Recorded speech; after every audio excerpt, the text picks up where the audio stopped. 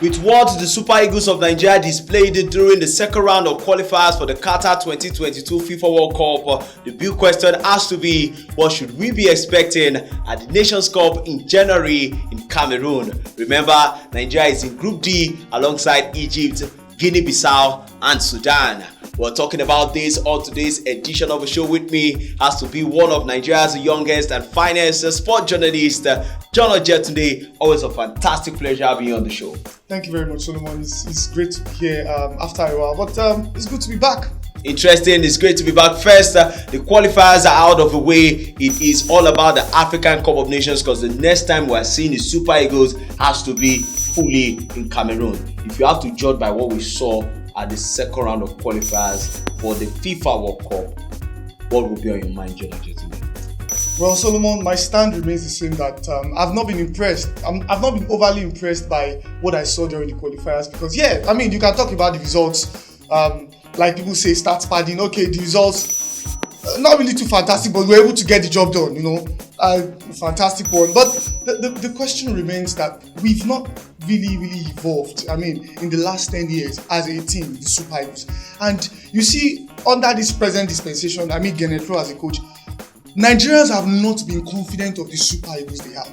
Going into any game, sometimes you don't even know what to expect. You don't know, okay, this is what they are going to play. You don't know what can come out. They just win games, and at the end of the day, we discover that, boom, Super Eagles have won the game. There is no enthusiasm. There is no excitement. It's not interesting. It's not the Super Eagles we've always known before. These days, people don't even go the extra mile because they don't go the extra mile to watch the Super Eagles. Things have changed. Genetro, as far as I'm concerned, the last 5 years, he's done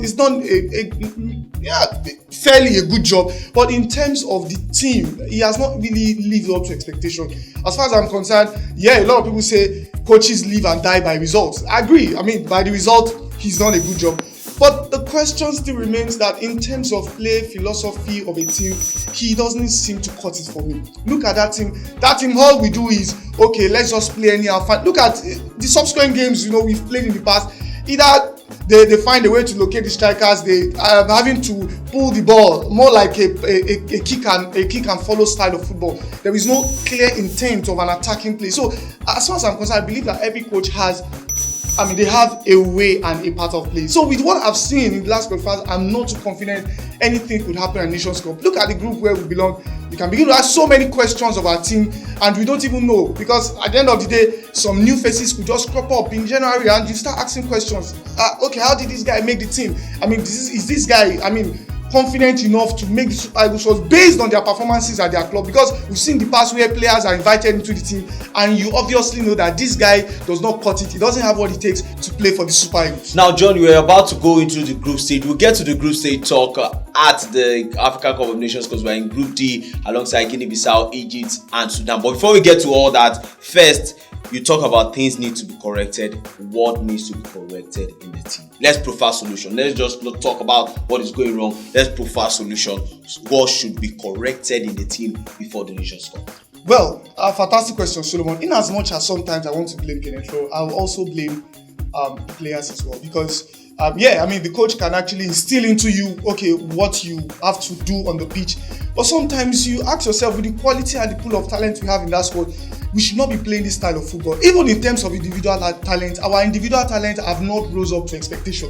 And so first, I think our individual talents has to step up. They have a lot inside them. You can talk about the Osimhens of this world, Kelechi Iheanacho. Sometimes I even argue with some of my colleagues that Iheanacho has not been fully, his potential has not been fully utilized in national team. Yes. I believe that he can give more, he can do more. And with Victor Osimhen, also in the team, and Odion Ighalo as well. Well, a lot of people have questioned and he's returned back to Spikes. But again, there's nothing we can do about it. Obviously, I know that when the Nations Cup arrives, obviously he will be in the team. So I feel that first, our stars need to step up. See, every international team, they have an array of talent, superstars in those teams who they see, even despite the fact that the coach can play an all-attacking football philosophy, but you need individual talents that will stand up when things get worse. So I feel that it's not enough for just the coach to do his own work, the players to have to step up. And secondly, Solomon, do you know that it is not actually the job of the coach to an extent, to probably say, okay,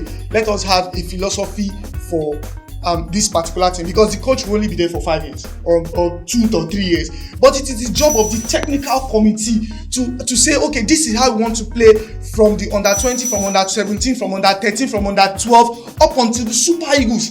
So I don't know what the technical committee is doing, but if we really want to get a result in at the AFCON, I feel that the technical committee need to find a way. They need to sit down because Solomon, there have been a lot of committee in the past. People set up committee. Let us just come together and find a way so that we can begin to have a philosophy from the basics, from the under 12, under 13 to the Super Eagles. Then we can play alike. England, they are doing something as we speak on that. Other big countries of the world are also doing something as regards that. You see that they play alike in the underage football owing to the national team. So I think those two things needs to be put in place. And also the coach, like I've always said, he needs to step up his game. You cannot continue to win based on the fact that let's just get results. At a point in time, when those performances don't get you results, when push comes to shove, those performances may not be able to take you to where you are going. So sometimes it requires that when your team plays well, you get a good result. When you don't play well and that performance is not there to show for it, it might just likely be one of those teams that we have pool of talent but does not know how to maximize and utilize them. Okay, let's see if we can maximize our chances at the African Cup of Nations in Cameroon. Group D, like I said, we are in Egypt, Guinea-Bissau, Sudan. Which one is the weakest link in all these three teams? Prof, I think Guinea-Bissau is like the weakest link. Yes, I think Guinea-Bissau. But not actually that weak because they're also doing a good job. You know, these minor teams, teams are also catching up on us. So yeah, Guinea-Bissau, Sudan as well. But I think the toughest for me would be Egypt. We play Egypt first, so let's get. Are you predicting that we get beaten in the first match and we wake up in the last two? Well, Solomon, a lot can change between now and January. So okay. I don't want to.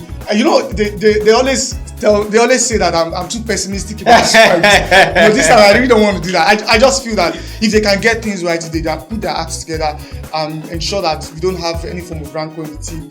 Ensure that the team is well stable and balanced. There is no issue of bonuses and salaries being owed, allowances being owed, and we have everything put in place.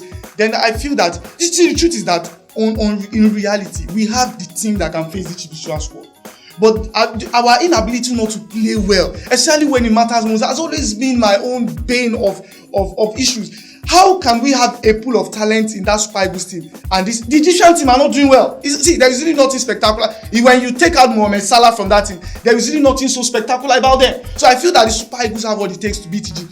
But based on, like you said, the qualifiers that I saw, Solomon, I'm not confident. Okay. But I feel that even if we don't come top in that group, we can definitely come second in the group. Okay, quickly as we go, just a minute. You know, CAF has given teams chances to bring 5 extra players into the team, aside the 23 players because of all the COVID that is happening. Yeah. We know our general, he can have 30 players and still do 2 substitutions. Should we take advantage of that or just leave general like that? The man is a very pragmatic and conservative. Just leaving with 23. Don't add 5 for that. Obviously, you know, it doesn't take substitution. So there's no point. Why bring those players when you know you are not going to use them? So let them off because it's been mandated. If not, there's really no point. There's no need. But it's good for those who make the cut. It will be a confidence booster for them, and they can also show the coach what they can do. Interesting. John Ojet today, thank you very much for being a part of the Spotlight segment today, and thank you for not being too pessimistic about the Super Eagles. Yeah, it's because of the bashing I'm getting. So just keep it low now. Thank you. It's good to be here. Very interesting. I tell you, always standing here with John Ojet today, talking about the Super Eagles this time. My hope is come January the 12th in Cameroon. I hope Nigeria will start on a winning note with beating the Egyptian national team. But on the show today, there's still more to come. Just sit back, relax. We'll take a quick break. More programming to come on the show today.